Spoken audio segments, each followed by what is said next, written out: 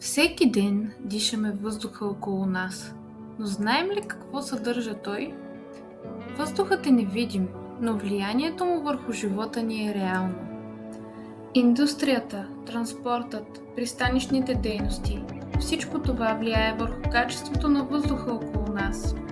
Замърсяването засяга здравето, природата, градовете ни и бъдещето на децата ни. Често данните за качеството на въздуха са сложни, трудни за намиране и още по-трудни за разбиране. Затова беше създаден EarQuest – международен проект, който обедини партньори от Черноморския регион – България, Румъния, Турция и Украйна, с една обща цел – информацията за въздуха, който дишаме, да бъде достъпна, разбираема и полезна за всеки. Чрез онлайн платформата за мониторинг EarQuest обединява данни от наземни станции и сателитни източници. Така граждани, училища, общини и организации могат по-лесно да следят качеството на въздуха и да взимат информирани решения. Освен онлайн платформа, създадохме и веб приложение, което още повече да улесни достъпа до данните. Чрез него може да получавате известия на телефона си, придружени със съвети как да се предпазите. За хора, които страдат от респираторни заболявания, има и SOS бутон, който позволява бърза реакция в спешни медицински случаи. Ние вярваме, че промяната започва със знание. В рамките на проекта беше организиран конкурс за деца от 5 до 7 клас.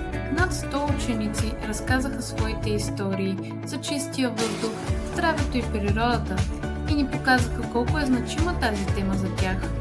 Ключов акцент от проекта бяха сериите от събития, посветени на STEM обучението. Във Варна проведохме национално STEM състезание, в което се включиха 20 ученически отбора, които търсиха практически решения за по-устойчиво бъдеще. Над 80 човека присъстваха на последващото международно STEM изложение, където отбори от България, Румъния, Турция и Украйна представиха своите идеи.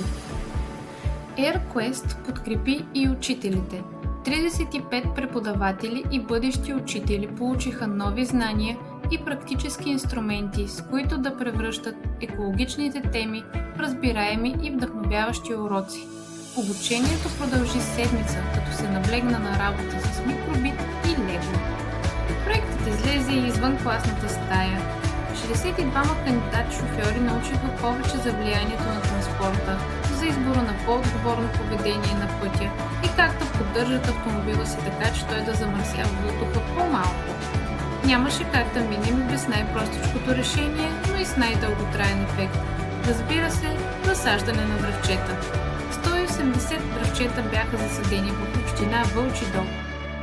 С близо 500 преки участници, EarQuest доказа, че данните могат да се превърнат в знание, знанието в разговор, а разговорът в реални действия.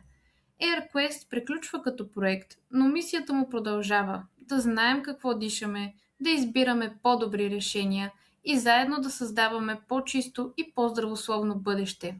Очаквайте съвсем скоро и публикуването на образователна игра, в която деца и младежи ще научат още повече, докато изпълняват екомисии и се забавляват.